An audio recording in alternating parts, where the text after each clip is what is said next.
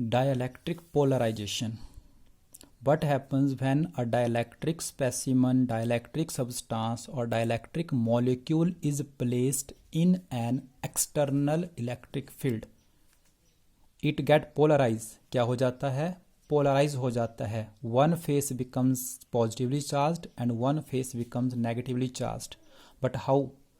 So let us see a non-polar molecule. We know that in non-polar molecule each molecule is non-polar. Non-polar molecule में हर molecule non-polar होता है. What does it mean? That center of the positive charge or center of the negative charge coincides with each other.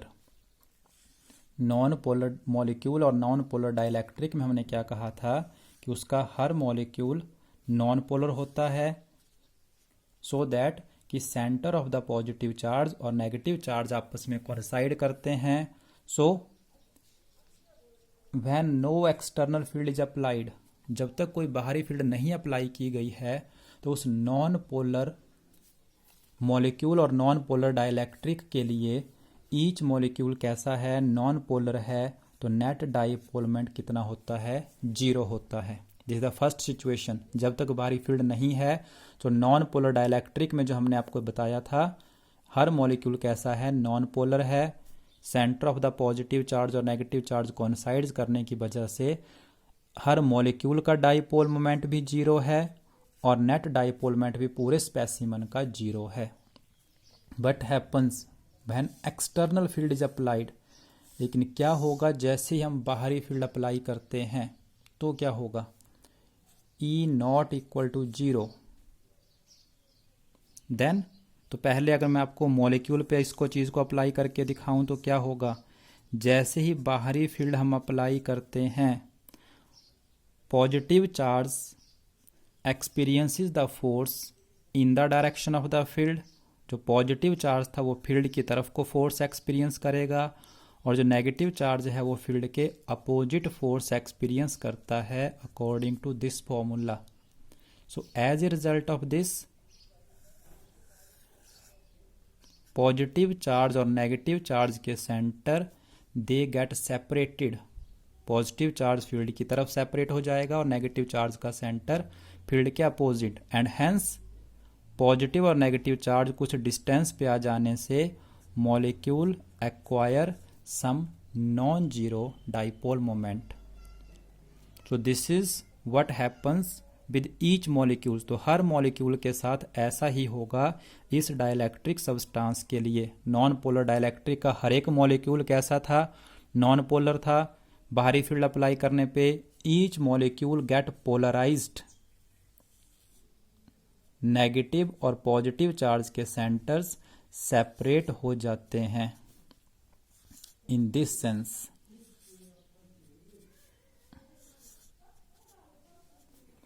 and hence dielectric acquire some net non-zero dipole moment. तो non-zero dipole moment means it get polarize.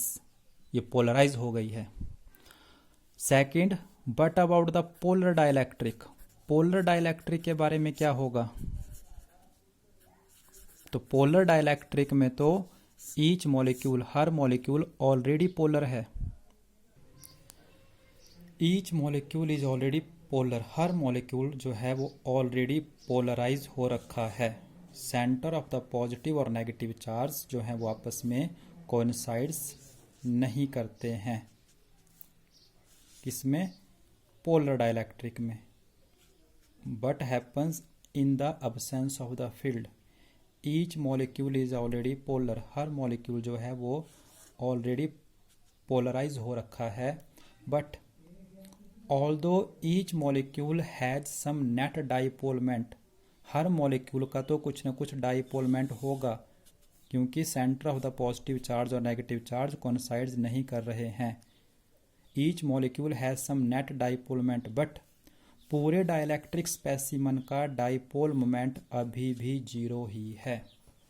The reason is that these atomic dipoles, जो हर एक atom एक dipole बना हुआ है, these atomic dipoles are randomly oriented. ये कैसे हैं? अभी तक रैंडमली हैं. सो उनके डाइपोल मोमेंट्स एक दूसरे को कैंसल आउट कर देते हैं, हैंस पूरे स्पेसिमन का नेट डाइपोल मोमेंट अभी तक 0 है रिजल्टेंट वेक्टर के कंसेप्ट से।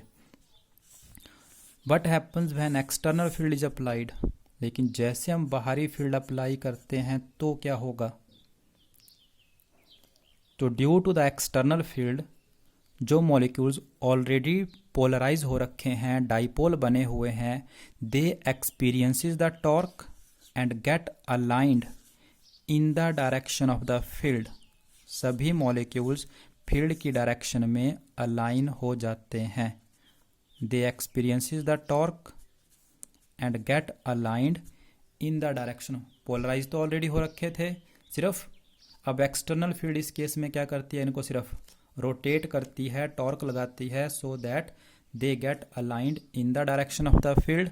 Now the specimen acquire some net non zero dipole moment. अब ये भी पोलराइज हो चुका है, नेट डाइपोल मोमेंट अब 0 नहीं होगा। नॉन पोलर में क्या हुआ था, दो चीज़ें एक साथ हुई थी। फर्स्ट वन, जो मॉलिक्यूल हैं वो पोलराइज होंगे, after that they get aligned oriented in the direction of the field. But in case of the polar dielectric, molecules तो already polar ही थे, सिर्फ they experiences the torque and get aligned in the direction of field.